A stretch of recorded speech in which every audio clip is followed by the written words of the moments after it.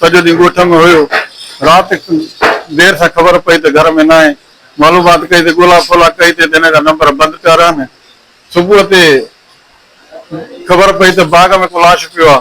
पुॻासीं त असांजो भाउ मोहम्मद रमज़ानी जो सुञाणप थी ऐं पुलिस आई जाइ वार हिनखे नड़ी कटी वई आहे कंहिं तेज़ धार आले औज़ार सां। हाणे ख़बर न आहे त कहिड़ो औज़ार हलियल आहे। गलो कपियल आहे। असांजी फ़िलहाल त हिन महिल ताईं कंहिंसां त अहिड़ी दुश्मनी ज़ाती आहे कोन।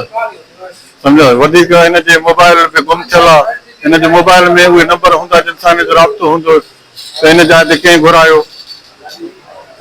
उन्हनि जी शादीशुदा हुयो। हिनखे नंढड़ो पुटु आहे 12 सालनि जो, मोहम्मद अब्दुल कबीर नालो अथसि। पर हिन जी 4 साल खनि अॻु में तलाक थियल आहे।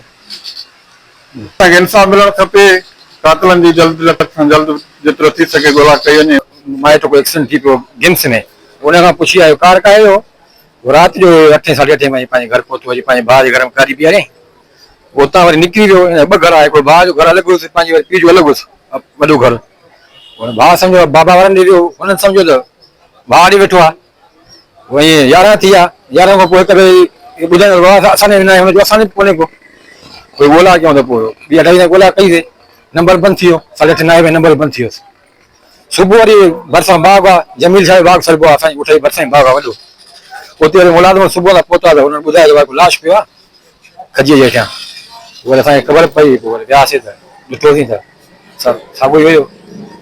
मोहम्मद रमज़ान नालो हुअसि। अक्सर नेवी मुलाज़िम हुयो। शाम जो 8 बजे तक़रीबन 7:30 बजे पंहिंजे बिरादर जे घर आयो आहे। उते कार बीहारी अथईं। कार बीहारण खां बाद में भाउ खे चयो अथईं मां अबू जे घर थो वञा, मां बसि ओॾे थो वञा। हाणे अबू खे इंतज़ारु हुयो त भाउ जे घर आहे, भाउ खे इंतज़ारु हुयो त माना हुनजे घर आहे। सॼी राति इहो गैप थी वियो। सुबुह जो इहो मालूमात थी त जेको आहे सो हीउ लाश मिलियो आहे। हुनजी कंहिंसां बि दुश्मनी कोन हुई। उहो बा इख़लाक़ छोकिरो हुयो। हुनजी शादीशुदा हुयो। हिकु पुट जी हुनखे औलाद आहे। असां SSP साहिब खे चऊं था त बराए महिरबानी असां सां इंसाफ़ कयो वञे ऐं फिल फौरन इन्हनि माण्हुनि खे गिरफ़्तार कयो वञे।